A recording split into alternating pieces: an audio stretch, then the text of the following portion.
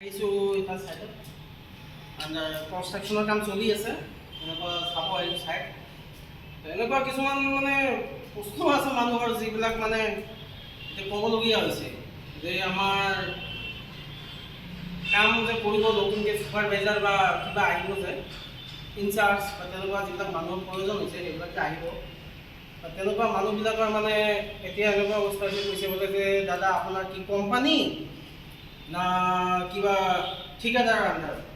মই কৈছোঁ আমাৰ কোম্পানী নহয়, আসাম গভৰ্ণমেণ্টৰ কাম, কিন্তু মানে কি হিচাপ ঠিকাদাৰৰ আণ্ডাৰত।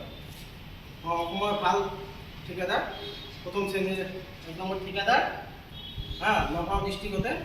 কিছুমানে এনেকুৱাও কৈছে যে দাদা আপুনি ক'ত পৰা কি কৈছে কামটো ক'ত, ধুবুৰী ডিষ্ট্ৰিক্ট কাম। মই নিজে যিহেতু ধুবুৰী ডিষ্ট্ৰিক্টৰ, কিছুমানে কৈছে যে দাদা আপোনাৰ ধুবুৰী ডিষ্ট্ৰিক্টত না নগাঁও। মই কৈছোঁ নগাঁৱতে, ধুবুৰী ডিষ্ট্ৰিক্টত মোৰ ঘৰহে, মই নগাঁৱতে কৰোঁ।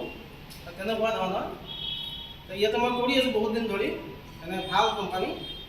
কিছুমানে সুধিছে বোলে যে দৰমহা কেনেকুৱা দিব, কি ধৰণৰ ঠিকাদাৰৰ আণ্ডাৰত কাম কৰিলে মানে দৰমহা চৰমহাবিলাক ক্লিয়াৰ নিদিয়ে, দৰমহা মাৰি দিয়ে, কাম শেষ হৈ যায়, তাৰপিছত কয় বোলে যে আমাৰ কাম কৰাত লছ হ'ল বা দৰমহাটো এতিয়া দিব নোৱাৰিম, কেইমাহ দিব হয়। কেনেকুৱা টাইপত দৰমহা দিয়ে যে 3 মাহ কাম কৰিলোঁ, 3 মাহত দৰমহা জমা হৈ গ'ল, তাৰপিছত 1 মাহৰে দৰমহা দিয়ে, বা 4 মাহ কাম কৰিলেও 2 মাহৰে দৰমহা দিয়ে, আৰু বাকীটো ৰৈ থাকে। তেনেকুৱা নহয়, এনে লেনদেন ভাল।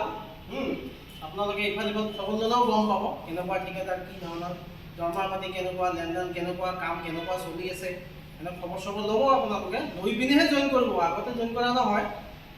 কিন্তু তাৰপিছত দৰমহাটো চাই চিতি দিয়া হ'ব, দৰমহাৰ কাৰণে নাবাজে ইমান। আৰু মানে যি আহিব যাতে অলপ অভিজ্ঞতাৰ মানুহ, অভিজ্ঞতাটো থাকে, যি আহিব মানে জইনিং কৰিবলৈ যাতে অভিজ্ঞতাটো থাকে, যে মই কাম জানো, মই ব্ৰিজত কাম কৰিছোঁ বা বিল্ডিঙত কাম কৰিছোঁ বা ৰাস্তাৰ কাম কৰিছোঁ। মানে ইয়াত কিছুমান সোধে মানুহ অহাৰ লগতে, কিছুমান মানে টেষ্ট কৰি লয় যে তুমি যে ব্ৰিজৰ কাম কৰিছা বা বিল্ডিঙৰ কাম কৰিছা, এই যেনেকুৱা ড্ৰয়িং আছে, ড্ৰয়িংখনে হয়তো ওলাই দিব বোলে যে তুমি যে ব্ৰিজৰ কাম কৰিছা, ওলোৱাচোন যে ইয়াত মানে কি ৰডখিনি ওলোৱাচোন বা চিমেণ্টখিনি কোৱান্টিটি ওলোৱাচোন, তেনেকুৱা ধৰণৰ 2-এটা চাব দিব পাৰে। সেইখিনি কিন্তু ওলাই দিব লাগিব বা জানা থাকিব লাগিব।